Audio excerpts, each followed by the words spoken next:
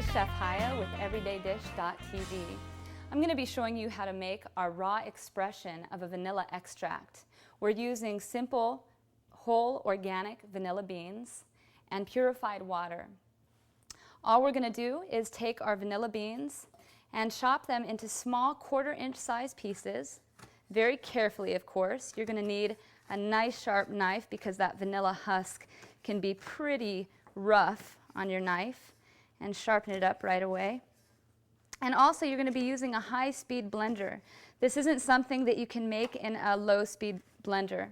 If you're working with the recipes that I'm showing you on EverydayDish.tv and it calls for a liquid vanilla, you can always use a vanilla extract. Just use a 1:3 ratio. So if it calls for 3 tablespoons of my liquid vanilla, then just use 1 teaspoon actually of the vanilla extract, so that it's much less than a third. So just start with a lot less of that vanilla extract and taste it. And if it tastes wonderful, then you don't need any more. And if it tastes like you might want a little more vanilla, then add extra. The flavor is much different when you're working with a regular vanilla extract.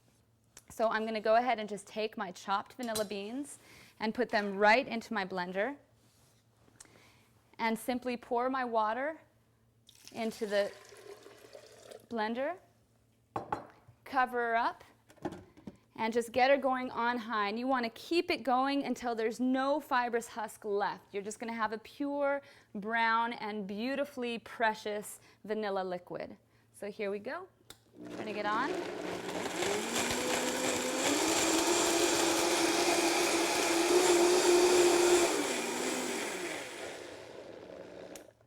Okay, that's perfect. So you just want to let that keep going and going until you don't see any thick fibrous husks on your blender. And the whole time you want to keep your hand on there, making sure it's not getting too hot. It is going to get warm, and that's okay. You just don't want it to get steaming hot. So at this point, you'll take that vanilla extract and pour it into a glass container, or if you don't think you're going to be using it too quickly, you can store it in a smaller glass container. I've had it in my refrigerator for up to a month, and it's been perfectly fine. It is definitely a lot of vanilla, and vanilla is an expensive item.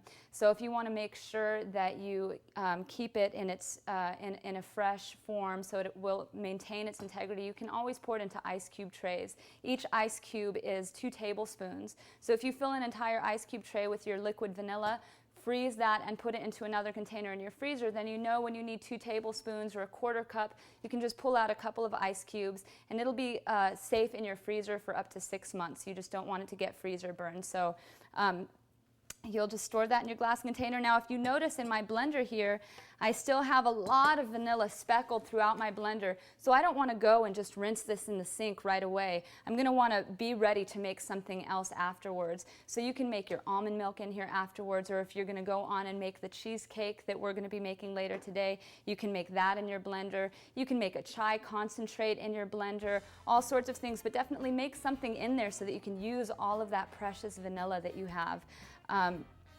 And it will be delicious and enhance the flavor of any food that you're creating. That is our liquid vanilla. You can find out more about me at thelivingvision.com. And thank you for joining EverydayDish.tv.